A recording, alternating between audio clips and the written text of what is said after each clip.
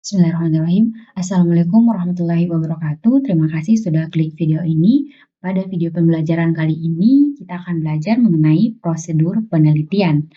Nah, capaian pembelajaran kali ini yaitu mahasiswa diharapkan mampu melaksanakan penelitian dengan baik dan benar. Nah, jika teman-teman melakukan, sesuai dengan prosedur penelitian, maka penelitian bukanlah hal yang sulit dilakukan, gitu. Jadi, jika teman-teman mengikuti semua prosedur-prosedur atau langkah-langkah dari penelitian, maka teman-teman sangatlah gampang atau sangat mudah membuat penelitian yang baik dan benar.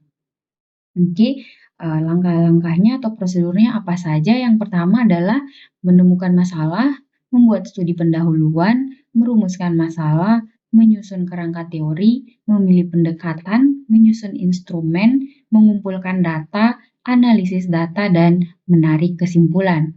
Nah, jika teman-teman melakukan semua prosedur ini, maka teman-teman punya penelitian, baik itu karya ilmiah maupun skripsi, jadi, kayak gitu. Oke, kita, dari 9 prosedur ini, kita akan membahasnya satu-satu. Yang pertama adalah menemukan masalah. Seperti yang kita tahu bahwa penelitian itu bermula dari rasa ingin tahu manusia. Seperti yang kita tahu bahwa manusia adalah makhluk yang paling kepo sejak dari balita, ya kan? Kalau balita itu lihat apa tanya, lihat apa tanya. Nah, oleh karena itu berarti manusia juga adalah orang yang paling, gampang melakukan penelitian karena memiliki rasa ingin tahu yang, besar kayak gitu. Nah, rasa ingin tahu ini kan muncul ketika, interaksi panca inderanya kita dengan kondisi di sekitar. Misalnya, ada yang terjadi nih, keadaan yang terjadi tidak sesuai dengan yang seharusnya terjadi. Pasti muncul masalah kan di tengah-tengah itu. Jadi misalnya, sesuatu yang kita lihat itu seharusnya jadinya, A, tapi kok jadinya B gitu. Nah berarti, gap antara A dan B ini ada masalah kan, kayak gitu. Nah, itu juga yang menjadi dasar definisi dari masalah. Jadi orang-orang mendefinisikan masalah itu adalah, kesenjangan antara apa yang terjadi dengan apa yang seharusnya terjadi, kayak gitu. Jadi ketika kita lihat apa yang terjadi tidak sesuai dengan apa yang seharusnya terjadi, berarti itu ada masalah. Nah, banyak-banyak dari kita, mahasiswa itu kurang peka melihat, eee, adanya masalah gitu. Kalau masalah-masalah lain biasanya peka gitu, tapi kalau untuk penelitian biasanya belum terlalu peka kayak gitu. Teman-teman mungkin kayak, belum bisa menangkap, "Oh ini ada masalah." Teman-teman merasa bahwa, "Oh ini baik-baik saja," kayak gitu. Padahal mungkin ada banyak-banyak masalah. Contoh kayak, dari teman-teman punya perjalanan dari rumah menuju ke kampus, itu teman-teman lihat kiri kanan, kan banyak-banyak toko, banyak-banyak kegiatan, yang terjadi di jalan itu, pasti ada yang masalah-masalah di situ yang terjadi, kayak gitu. Nah, karena, mahasiswa ini kurang peka ceritanya atau ya belum terlalu bisalah untuk menemukan masalah, maka ada beberapa, cara gitu bagaimana kita menemukan masalah. Jangan cari-cari masalah ya, tapi temukan aja gitu. Yang pertama adalah, dari mana kita bisa sumber penemuan masalah ini? Yang pertama adalah bacaan, yaitu laporan hasil penelitian. Jadi di kelas Ibu selalu bilang bahwa ketika teman-teman mengontrak metode penelitian, maka teman-teman harus rajin membaca laporan-laporan hasil penelitian dari kakak-kakak tingkatnya teman-teman. Misalnya masuk ke perpustakaan, buka-buka skripsi, atau buka-buka karya ilmiah. Nah, di sana itu di laporan hasil penelitian atau di skripsi atau di karya ilmiahnya kakak tingkatnya teman-teman itu, kan ada tuh di bagian manfaat. Nah, di manfaat itu kata-katanya seperti ini, manfaatnya bisa dijadikan referensi untuk peneliti selanjutnya, kayak gitu. Nah, itu di mana teman-teman bisa lihat di, bagian sarannya. Biasanya saran dari sebuah penelitian itu, akan menyarankan misalnya perusahaan ini harus melakukan A, B, C gitu. Nah, saran-saran itulah yang teman-teman bisa jadikan atau bisa melanjutkan penelitian yang, sama kayak gitu dari hasil saran, peneliti, eee, sebelumnya kayak gitu. Nah, kemudian yang kedua adalah menghadiri seminar, diskusi, dan pertemuan ilmiah. Nah, kalau di Setia Jambatan Bulan sendiri kan sering mengadakan tuh seminar-seminar mahasiswa karena, eee, salah satu, mmm, salah satu syarat lulus itu harus mengadakan seminar mata kuliah kan. Nah, jika ada undangan-undangan seminar seperti itu, sangat baik jika teman-teman menghadiri seminar tersebut, dan, mendengarkan pastinya, jangan cuma datang terus dikasih snack, duduk sedikit, habis absen pulang. Nah, di sini dimaksudkan dihadiri seminarnya, didengarkan dengan baik apa yang mereka paparkan, kayak gitu. Nah, di dalam seminar itu sebenarnya teman-teman pemateri itu cuma apa namanya, cuma memberikan atau menggambarkan bagaimana teorinya dan kenyataan di lapangan, tapi tidak berusaha untuk menyelesaikan apa yang terjadi. Berarti kan di situ ada masalah tuh. Jadi sudah dikasih tahu teorinya A, tapi yang terjadi B, kayak gitu. Berarti kan ada masalah, bagaimana nih, apa yang sebenarnya seharusnya terjadi, kayak gitu. Nah, disitulah teman-teman bisa mengambil, mmm, atau menemukan masalah kayak gitu. Jadi teman-teman bisa lihat dari, seminar-seminar ilmiah kayak gitu. Kemudian yang ketiga adalah pernyataan pemegang otoritas. Nah, pernyataan pemegang otoritas ini contoh kayak ada berita di TV kayak gitu, bahwa misalnya presiden atau, eee, menteri keuangan bilang, "Indonesia punya perekonomian semakin baik, kayak gitu. Nah, coba dilihat apanya nih yang baik atau, hal-hal apa yang menunjang perekonomian, kayak itu bisa diteliti gitu loh. Misalnya ekonominya naik berapa persen, nah itu apa, yang pengaruhi naiknya itu apa. Nah, itu bisa jadi masalah. Pernyataan pemegang otoritas ini selain di TV kan juga adanya di koran-koran, kayak gitu. Misalnya dari pernyataan bupati Kabupaten Mimika, kayak gitu biasanya ada di koran. Lagi-lagi ketiga poin ini teman-teman harus dituntut membaca semua kan, laporan hasil penelitian harus dibaca, seminar juga kan dikasih buku tuh. Selain didengarkan, teman-teman juga harus baca, buku seminarnya kayak gitu. Kemudian pernyataan pemegang otoritas, teman-teman dituntut membaca koran, membaca berita-berita di Google, kayak gitu.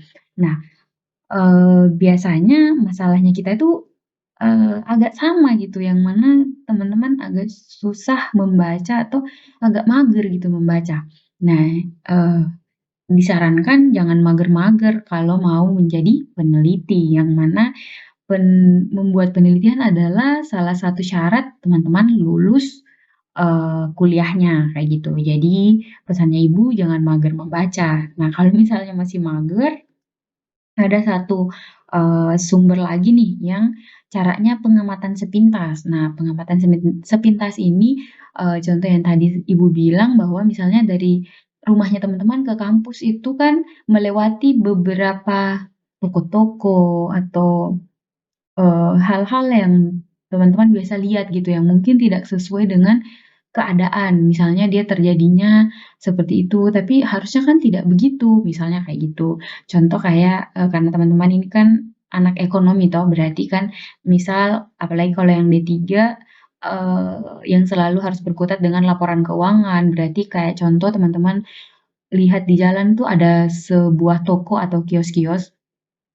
Teman-teman amati dari tahun ke tahun, dari setiap teman-teman dari rumah ke kampus, toko itu kok dari tahun ke tahun begitu-begitu saja ya, kayak gitu. Nah, itu bisa jadi kan teman-teman, bisa berpikir bahwa, "Oh, kayaknya, ada masalah nih dengan mungkin, pencatatan keuangannya yang bermasalah sampai, kiosnya begitu-begitu saja, kayak gitu. Nah, itu dari penemuan masalah dari pengamatan sepintas. Tentu saja ini tidak langsung teman-teman dapat kiosnya terus langsung diteliti, kan harus ada penelitian pendahuluan dulu gitu untuk memutuskan bahwa kita akan melanjutkan penelitian atau tidak, kayak gitu. Itu dari pengamatan sepintas.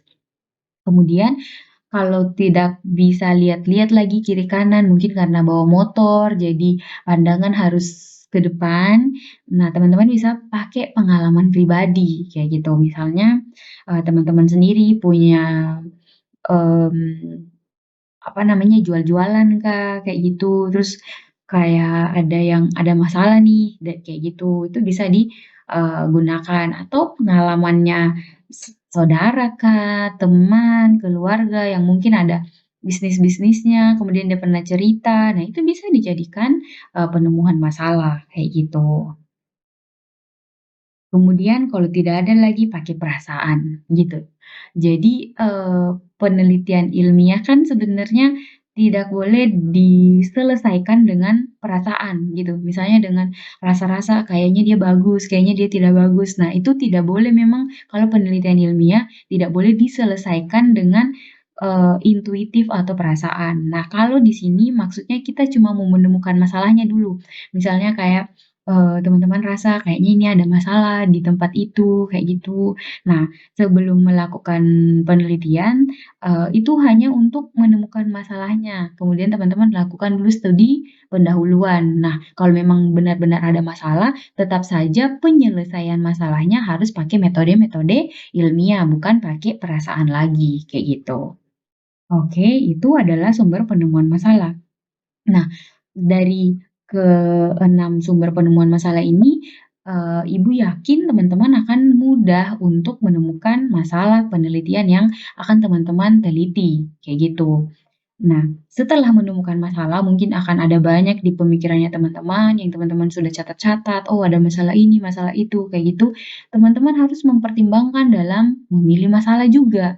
Karena kan, dari keenam sumber penemuan masalah itu teman-teman mungkin sudah, banyak berarti harus dieliminasi-eliminasi dong, yang mana yang benar-benar atau masalah apa yang benar-benar, harus diteliti. Nah, teman-teman harus pertimbangkan. Yang pertama adalah pertimbangan objektif. Apakah masalah itu patut diteliti atau tidak? Nah, patut diteliti atau tidak ini bisa dilihat dari segi manfaatnya. Kira-kira kalau kita sudah melakukan penelitian, dia bermanfaat tidak sih untuk, baik itu yang kita teliti maupun, lingkungan di sekitarnya, maupun kita gitu. Jangan kita sudah teliti, jauh-jauh lagi tempatnya, buang-buang, biaya, kayak waktu, tapi ternyata tidak ada manfaatnya, ya itu percuma saja gitu. Mungkin, kalau meneliti hanya untuk, mmm, menyelesaikan kita punya perasaan kepo itu biasanya kurang bermanfaat gitu, kalau kepo-kepo yang aneh-aneh gitu. Jadi keponya di mata kuliah, di pelajaran untuk diteliti agar bermanfaat bagi orang banyak itu baik, gitu ya. Jadi kalau misalnya, sudah mempertimbangkan objektif dan ternyata itu, ada manfaatnya untuk diteliti, ya berarti teman-teman melanjutkan masalah tersebut untuk diteliti. Nah, kemudian ada pertimbangan lain, yaitu pertimbangan subjektif, yaitu kesanggupan meneliti, bekal kemampuan teoritis, penguasaan metode, tersedianya alat, waktu, dan biaya. Nah, setelah teman-teman timbang bahwa ternyata masalah yang teman-teman temukan ini ada manfaatnya bagi, orang banyak, yaitu pertimbangan objektif, pertimbangkan juga subjektifnya teman-teman. Siapa tahu teman-teman rasa, "Ih, sangat manfaat besar," tapi ternyata datanya teman-teman sulit dapatkan. Contoh, karena teman-teman misalnya, bagian ekonomi biasanya tuh teman-teman membutuhkan data-data yang sensitif seperti laporan keuangan, pokoknya laporan-laporan harta lah yang dimiliki oleh orang yang kita atau badan atau organisasi yang akan kita teliti gitu. Nah, teman-teman pertimbangkan dulu apakah bisa dikasih datanya atau tidak, karena teman-teman, nanti teman-teman sudah buat proposal penelitiannya, padahal terakhir pada saat mau turun lapangan tidak bisa diambil datanya, kayak gitu. Nanti teman-teman bikin penelitian ulang kalau kayak gitu ya. Jadi pertimbangkan lagi, apakah teman-teman bisa dapat datanya, kemudian ada teori tidak, siapa tahu teman-teman mau, tidak ada bukunya atau susah mendapatkan teorinya itu harus dipertimbangkan. Kemudian ada metode-metode yang teman-teman harus kuasai juga untuk menyelesaikan, rumusan masalah yang teman-teman, buat kayak gitu. Kemudian harus ada waktu dan biaya, siapa tahu penelitian yang teman-teman lakukan itu bermanfaat, tapi membutuhkan waktu yang lama dan biaya yang besar. Nah, itu pertimbangkan apakah teman-teman mampu atau tidak. Nah, setelah melakukan 2 pertimbangan ini, kemudian teman-teman merasa bahwa ini bermanfaat dan teman-teman sanggup, mampu melakukannya baik dari segi teoritis, segi data, segi metode, maupun alat, waktu, dan biayanya oke, berarti teman-teman baru boleh melanjutkan, penelitian yang teman-teman akan teliti atau masalah yang teman-teman akan teliti, seperti itu ya. Nah, setelah teman-teman timbang-timbang apakah masalah yang teman-teman temukan itu ada manfaatnya ketika pertimbangan objektif dan teman-teman sanggup di pertimbangan subjektif, maka teman-teman, sebelum melanjutkan, teman-teman boleh melakukan studi pendahuluan lagi supaya benar-benar, ter-cross check bahwa masalah teman-teman yang masalah yang, teman-teman temukan itu bisa diteruskan ke penelitian atau tidak. Nah, di dalam studi dalam melakukan studi pendahuluan ini, kita akan tahu bahwa perlu tidaknya penelitian dilaksanakan atau dilanjutkan. Peneliti atau, eee, untuk melakukan studi pendahuluan ini, peneliti dapat berpedoman pada hal-hal berikut. Yang pertama, apakah masalah yang diangkat sesuai dengan minat peneliti atau tidak. Nah, biasanya ini, mmm masalah atau penelitian itu ada yang mungkin teman-teman tidak sreg gitu, mungkin dikasih sama temannya Kak, atau misalnya ada temannya bilang, "Kamu ambil judul ini aja," atau "Kamu teliti ini saja," kayak gitu. Terus teman-teman main ambil saja padahal awalnya tidak minat gitu. Nanti teman-teman susah untuk melanjutkan ke, proses penelitiannya, kayak gitu. Kan yang pertama teman-teman akan melakukan apa tuh, memasukkan proposal penelitian. Nanti setelah proposal baru, mengambil data dan melakukan, analisis hasil dari data itu. Nah, pada saat proposal mungkin teman-teman oke-oke aja nih dari Mmm, tawaran masalah dari teman-teman gitu, atau dari dosennya Kak, kayak gitu mungkin ada tawaran, "Ini bagus nih, ada masalah," kayak gitu. Terus ternyata pada saat mengambil data atau pada saat di tengah-tengah jalan, teman-teman tuh karena dari awal tidak minat, jadi susah untuk melanjutkan penelitian. Jadi poin A juga ini, patut untuk teman-teman tanyakan pada dirinya apakah, masalah yang akan diangkat ini sesuai dengan minatnya teman-teman atau tidak. Yang kedua adalah apakah, penelitian ini dapat dilaksanakan atau tidak. Kembali lagi tanya apakah benar-benar datanya teman-teman bisa diambil atau didapatkan atau tidak. Ini bisa pergi ke studi pendahuluannya, pergi ke, misalnya teman-teman mau teliti sebuah toko gitu, berarti bisa ke toko itu tanya-tanya dulu apakah mereka mau kasih datanya atau tidak. Kalau memang mereka bisa kasih data yang teman-teman butuhkan, berarti teman-teman bisa lanjutkan. Kemudian yang ketiga, apakah faktor pendukung tersedia untuk penelitian yang akan dilakukan ya? Semuanya teman-teman harus perhatikan apakah waktunya teman-teman, biayanya, kemudian, kesanggupannya teman-teman, itu di cross check lagi gitu di studi pendahuluan ini. Nah, yang terakhir seperti yang, pertimbangan objektif, apakah, penelitian ini kembali lagi ditanya setelah melakukan studi pendahuluan, misalnya ke toko itu dan teman-teman punya hasil tanya-tanya itu, apakah ditanya lagi, apakah hasil penelitian ini nantinya cukup bermanfaat atau tidak. Nah, ketika setelah teman-teman melakukan studi pendahuluan ini, berarti teman-teman sudah, kalau misalnya jawabannya bagus semua, berarti teman-teman sudah, bisa melanjutkan penelitiannya, kayak gitu. Kan tadi, sudah menemukan masalahnya teman-teman sudah timbang baik dari segi objektif maupun subjektif, kemudian tambah lagi,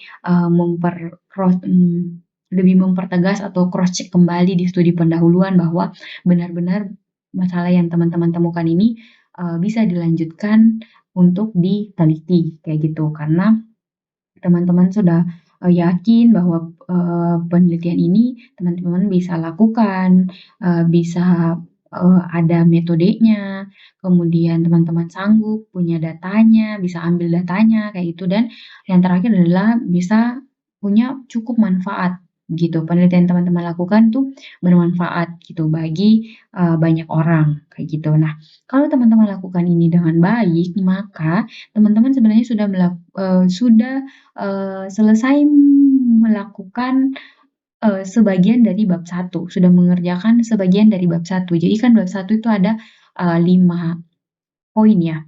Yang pertama latar belakang, rumusan masalah, rumusan dan batasan masalah, yang ketiga tujuan, yang keempat manfaat, dan yang kelima sistematika penulisan. Nah, yang latar belakang itu teman-teman sudah lakukan pada saat di penemuan masalah, karena, sama di studi pendahuluan ini, karena di sana teman-teman akan menceritakan bagaimana teman-teman menemukan masalah, bagaimana masalahnya, kemudian, mmm, pun ada, cara-cara menyelesaikannya secara, eee, kulit-kulitnya tuh sudah ada di pendahuluan itu, di latar belakang masalahnya. Kemudian, teman-teman juga sudah selesai sebenarnya sudah ada poin manfaat penelitian dari, apakah dari poin pertanyaan apakah hasil penelitian ini cukup bermanfaat atau tidak. Nah, itu teman-teman sudah bisa, kerjakan yang poin manfaat penelitian di bab satu kayak gitu. Berarti kita tinggal ke merumuskan masalah. Untuk, bab satu itu kan di dalamnya ada rumusan masalah juga. Kenapa kita harus merumuskan masalah ini? Ini penting karena, rumusan masalah ini bisa jadi pengingat bahwa, "Oh, ada loh kita punya masalah yang harus kita selesaikan," gitu. Jangan sampai teman-teman, di latar belakang masalahnya cerita kalau ada masalah dan lain-lain, tapi karena tidak dirumuskan, jadinya bingung terakhir-terakhirnya pas sudah dapat data mau selesaikan apa, kayak gitu. Makanya harus dirumuskan masalahnya. Kemudian, ini juga akan menjadi, eee apa namanya, rumusan masalah ini juga akan menjadi, poin untuk teman-teman bahwa, masalahnya teman-teman tuh sebenarnya apa gitu. Karena kan di latar belakang masalah itu teman-teman cuma menceritakan masalahnya secara umum, secara, garis besar gitu. Sedangkan untuk di rumusan masalah berarti sudah menjadi poin masalah gitu. Misalnya dia sudah per poin-poin, tidak berbelit-belit lagi seperti latar belakang masalah gitu. Jadi kayak, rumusan masalah itu diturunkan dari latar belakang masalah. Jadi, apa yang teman-teman rumuskan di rumusan masalah atau masalah apa yang teman-teman angkat di rumusan masalah itu sebenarnya diambil dari latar belakang masalah, gitu. Jadi dari cerita-ceritanya teman-teman biasanya kayak begini cara ngomongnya di latar belakang masalah, dari latar belakang di rumusan masalah, dari latar belakang masalah di atas maka dapat dirumuskan masalah, kayak gitu. Berarti kan rumusan masalah ini merujuk ke apa yang kita ceritakan di latar belakang masalah. Jangan sampai, eee, masalah di latar belakang masalahnya teman-teman itu, teman-teman cerita lain, di rumusan masalahnya lain, kayak gitu. Misalnya, di latar belakang masalah itu teman-teman menceritakan tentang pendapatan, laba, kayak gitu, mungkin mau rasio profitabilitas kah, apa begitu. Tapi rumusan masalahnya teman-teman, teman-teman pergi bahas bagaimana persediaan perusahaan tersebut, padahal tidak ada, pembahasan tentang persediaan di latar belakang masalah, kayak gitu. Nah, itu jadi masalah lagi, teman-teman. Nanti penguji bilang, masalahnya katanya turun dari langit karena yang di latar belakang masalah lain, yang di rumusan masalah lain. Jadi kalau orang bilang itu, latihannya lain, mainnya lain gitu katanya. Nah, jadi teman-teman harus, di poin rumusan masalah ini harus benar-benar merujuk ke apa yang teman-teman bahas di latar belakang masalah, itu yang kasih jadi poin di rumusan masalah, kayak gitu. Nah, syarat utamanya rumusan masalah ini adalah masalahnya hendaknya nyatakan dalam kalimat tanya. Jadi kalau misalnya bagaimana, karena tadi di latar belakang masalah kita, menceritakan tentang pendapatan, kemudian, laba atau keuntungan dan kerugiannya si tempat penelitiannya teman-teman itu berarti masalahnya, dinyatakan misalnya bagaimana tingkat pendapatan PT A, tanda tanya, kayak gitu. Itu rumusan masalah, kayak gitu. Kemudian rumusan masalah itu hendaknya singkat, padat, jelas, dan mudah dipahami. Jadi contohnya yang tadi, bagaimana tingkat pendapatan PTA pada tahun 2021, kayak gitu. Tidak usah lagi teman-teman tambah-tambah. Misalnya mau bikin rumusan masalah bagaimana tingkat pendapatan, PTA 2021 supaya PTA punya, eee, modal itu besar, kayak gitu. Tidak perlu ditambah seperti itu, tapi yang singkat, padat, jelas, dan mudah dipahami. Oke, kemudian yang ketiga adalah rumusan masalah itu, baiknya memberi petunjuk tentang mungkinnya mengumpulkan data untuk menjawab pertanyaan dalam rumusan masalah itu. Jadi, kita kita sudah tahu nih, apa yang kalau misalnya kayak tadi kan pertanyaannya, bagaimana tingkat pendapatan PTH pada tahun 2021. Nah, itu di situ kan sudah ada petunjuk toh bahwa, oh, peneliti ini akan mengumpulkan data 2021 dan datanya data tentang pendapatan, kayak gitu. Oke, jadi rumusan masalah itu harus memuat syarat-syarat, ketiga syarat ini, kayak gitu. Setelah sudah merumuskan masalah, nanti tujuan penelitian itu hanya menjawab rumusan masalah. Jadi tadi kalau rumusan masalahnya bagaimana tingkat pendapatan, PTA tahun 2021 berarti tujuannya adalah untuk mengetahui tingkat pendapatan PTA pada tahun 2021, seperti itu. Oke, setelah merumuskan masalah, teman-teman, langsung menyusun kerangka teori. Nah, dalam penelitian itu teori sangat dibutuhkan untuk memperoleh bagaimana cara menyelesaikan masalahnya teman-teman berdasarkan pendapat-pendapat para ahli. Jadi di rumusan masalah kan teman-teman sudah rumuskan bahwa masalahnya saya bla bla bla bla gitu. Berarti itu teman-teman butuh teori dong untuk menyelesaikan masalah tersebut gitu. Karena tujuan akhir dari penelitian adalah apa yang kita rumuskan di rumusan masalah, masalah apa yang kita rumuskan di rumusan masalah itu terselesaikan gitu. Kemudian fungsi teori sendiri itu ada 3, yang pertama fungsi penjelas, fungsi penduga, dan fungsi pengendali gejala. Nah, yang pertama fungsi penjelas ini maksudnya adalah semua variabel-variabel yang ada di masalahnya teman-teman atau di penelitiannya teman-teman ini harus diperjelas. Misalnya tadi contohnya teman-teman mau meneliti pendapatan, laba, kayak gitu-gitu. Berarti harus dijelaskan pendapatan itu, pengertiannya apa menurut pendapat ahli, kayak gitu. Kemudian laba itu sendiri, kemudian apa nih yang kira-kira teori-teori apa yang mendukung si pendapatan dan laba ini? Berarti kan harus ada laporan keuangan, kayak gitu-gitu. Berarti itu harus dijelaskan di dalam teorinya teman-teman.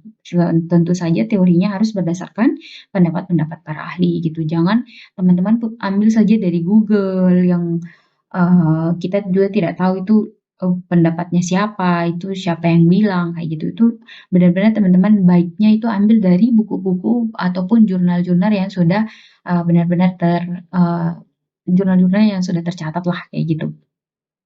Kemudian, fungsi penduga. Fungsi penduga ini biasanya apa namanya, ini untuk membangun sebuah hipotesis. Biasanya untuk teman-teman peneliti yang skripsi atau yang S1, dia perlu adanya hipotesis atau dugaan sementara. Nah, hipotesis yang baik itu adalah yang dibangun dari teori-teori, kayak gitu. Bukan dugaan-dugaan dari kita punya dugaan-dugaan saja, tapi itu diambil dari teori.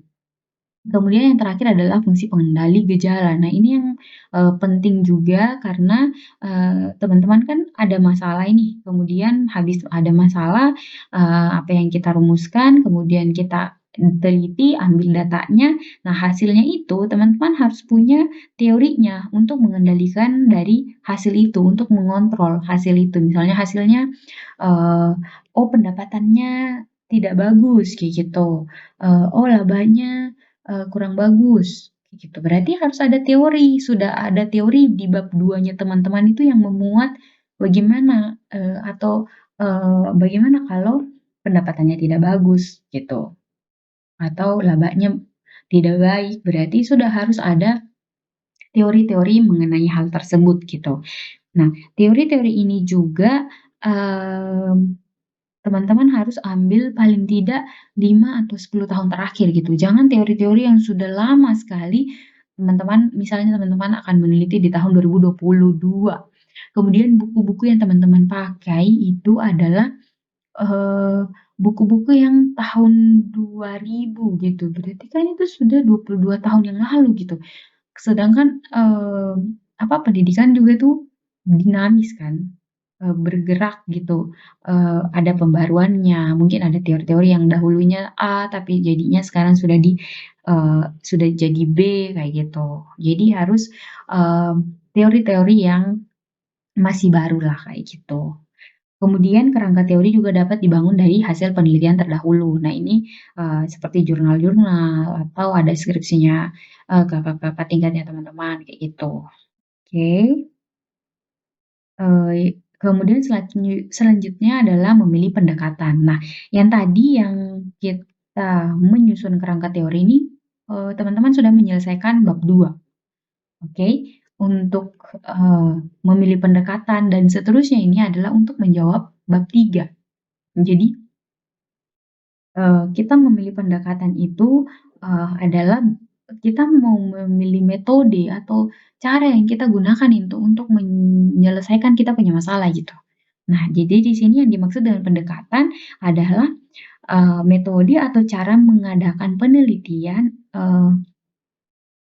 untuk menjawab permasalahan yang telah dirumuskan sebelumnya. Jadi, seperti yang tadi Ibu bilang rumusan masalah itu adalah poin atau pengingat bahwa kita ada sesuatu nih yang harus kita selesaikan. Kayak gitu.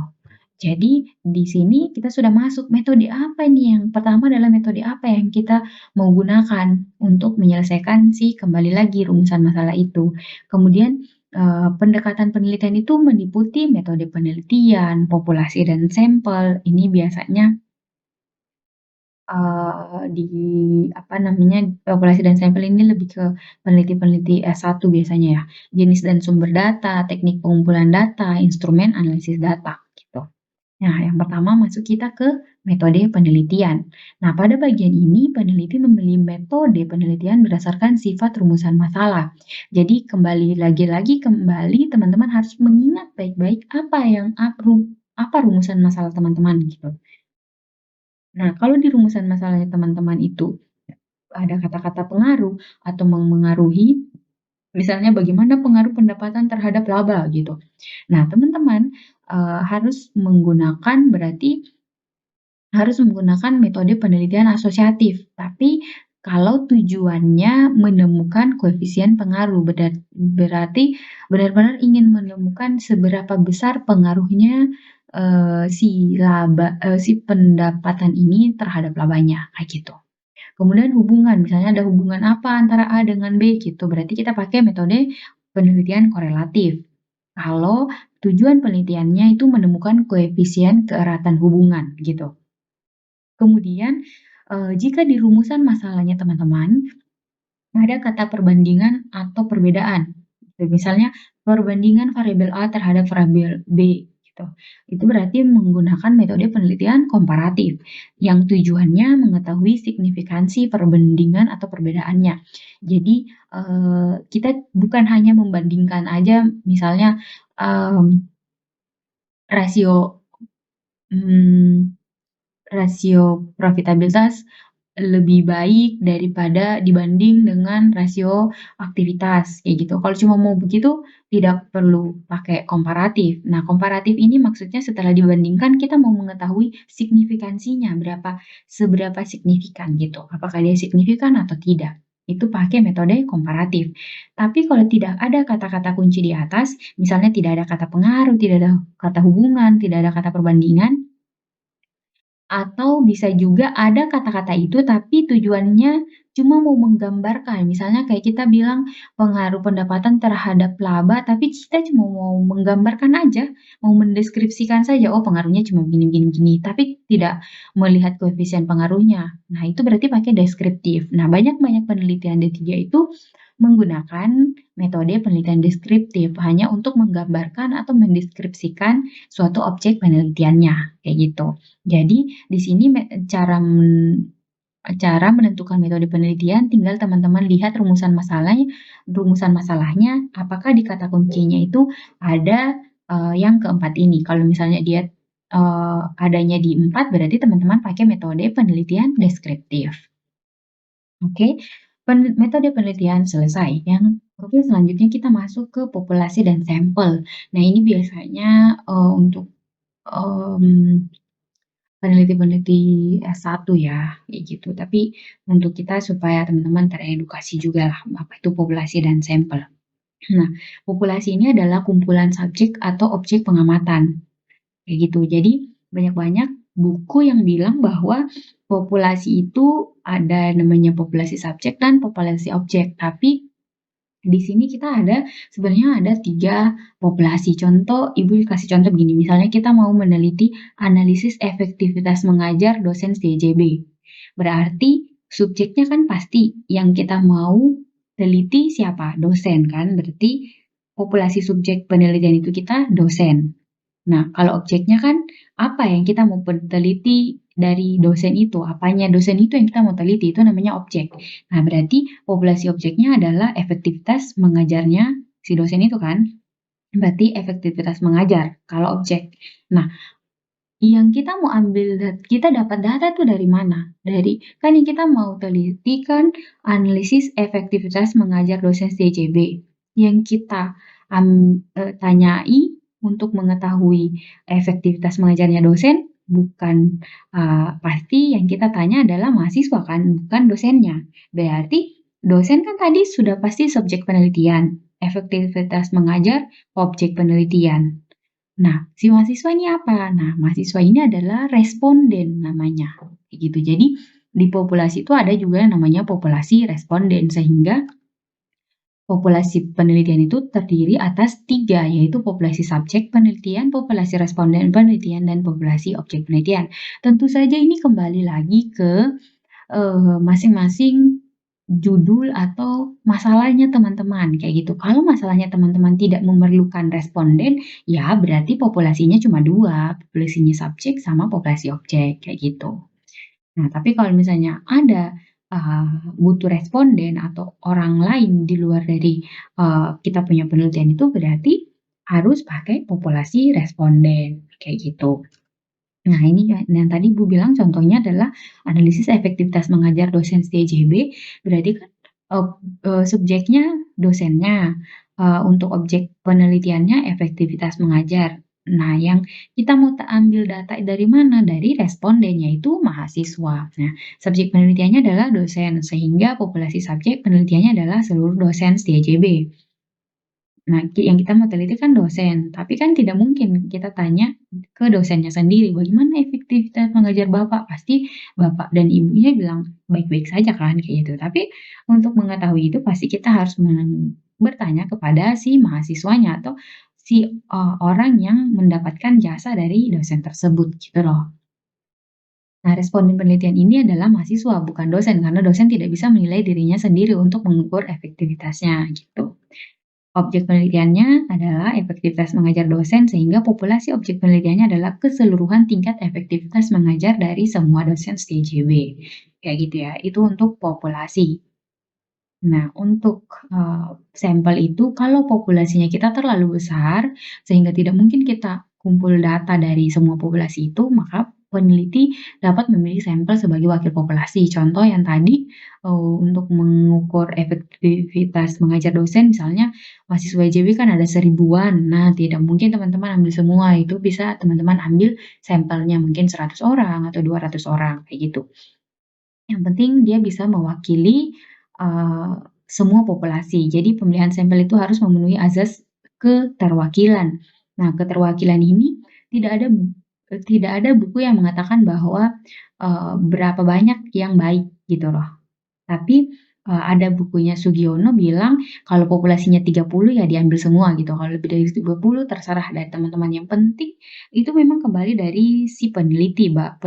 Kalau peneliti yakin bahwa misalnya dari 1.000 mahasiswa, peneliti yakin bahwa ambil 100 orang mahasiswa sudah cukup mewakili semuanya, bahwa berarti, boleh boleh mengambil, 100 mahasiswa itu menjadi sampel gitu.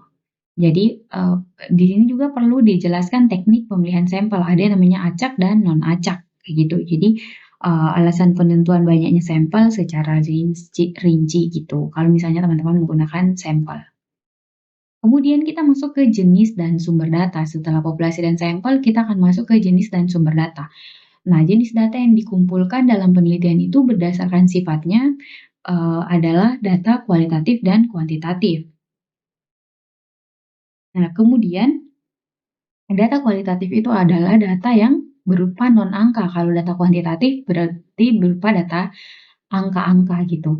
Nah, contoh kayak teman-teman kan ini kebanyakan mengambil data laporan keuangan, berarti data jenis datanya teman-teman itu adalah data kuantitatif gitu.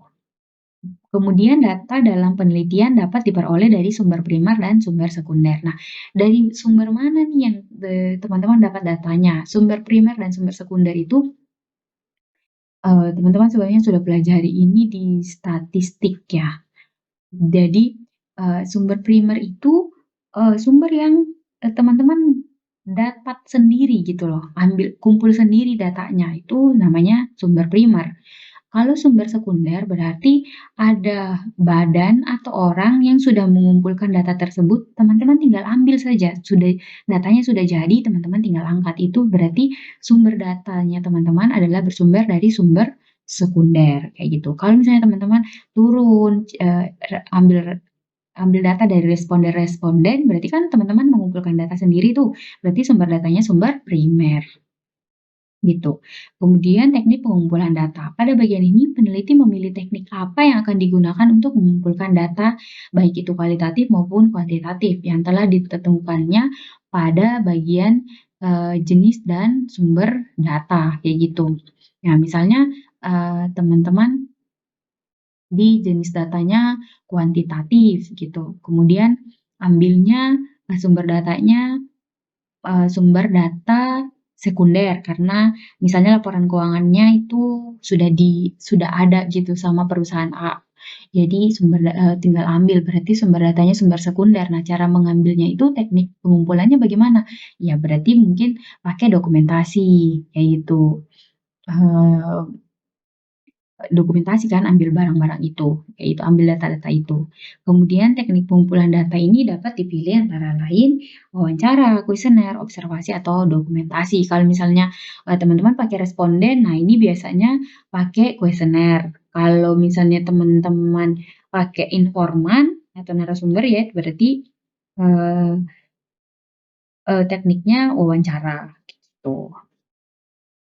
Kemudian, peneliti dapat menggunakan lebih dari satu teknik pengumpulan data. Jadi bisa jadi teman-teman ambil data laporan keuangannya, ambil langsung pakai jadi dokumentasi saja mungkin ambil pakai, foto kah atau flash disk kah, kayak itu tuh diambilnya dokumentasi saja, tapi mungkin teman-teman tambahkan lagi pakai wawancara gitu. Misalnya ada yang teman-teman perlu cross check dan lain-lain itu bisa bisa lebih dari satu teknik pengumpulan datanya, sesuai efektivitas dan kebutuhannya teman-teman. Nah, di instrumen analisis data ini teman-teman, akan memilih alat yang digunakan untuk menyelesaikan rumusan masalah, kayak gitu. Jadi, instrumen yang analisis yang paling baik adalah, eee, instrumen yang mampu menjawab rumusan masalah, karena tujuan dari penelitiannya kita tidak lain tidak bukan adalah untuk menyelesaikan masalah apa yang sudah kita rumuskan di rumusan masalah. Jadi otomatis alatnya harus tepat, alat apa yang harus teman-teman gunakan. Nah, untuk, eee, mmm menetapkan instrumen apa yang harus kita gunakan, berarti kembali ke teman-teman punya pemilihan metode yang tadi.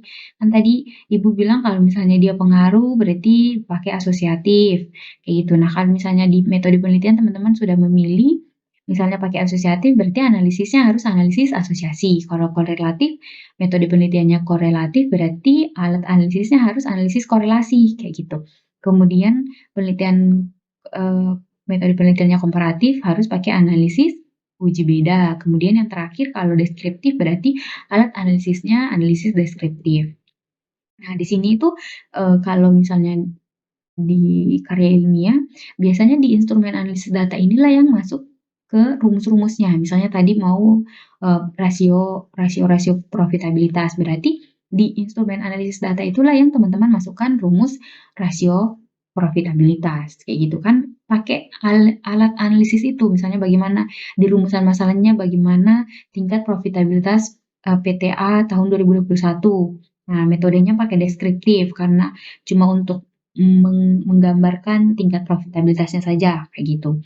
Nah, alat analisisnya pakai analisis deskriptif yang mana teman-teman masukkan itu adalah rasio-rasio profitabilitas, gitu. Kemudian yang berikutnya adalah menyusun instrumen penelitian. Nah, pada bagian ini peneliti menyiapkan semua instrumen-instrumen atau alat-alat pengumpulan data yang dibutuhkan untuk menjalankan skenario pengumpulan data yang telah ditetapkannya pada tahap memilih pendekatan. Kemudian peneliti harus memastikan bahwa semua instrumen yang disusunnya akan mampu mengumpulkan semua data sesuai kebutuhan untuk analisis data, sehingga masalah yang telah dirumuskan akan terjawab, kayak gitu. Tadi kan teman-teman sudah,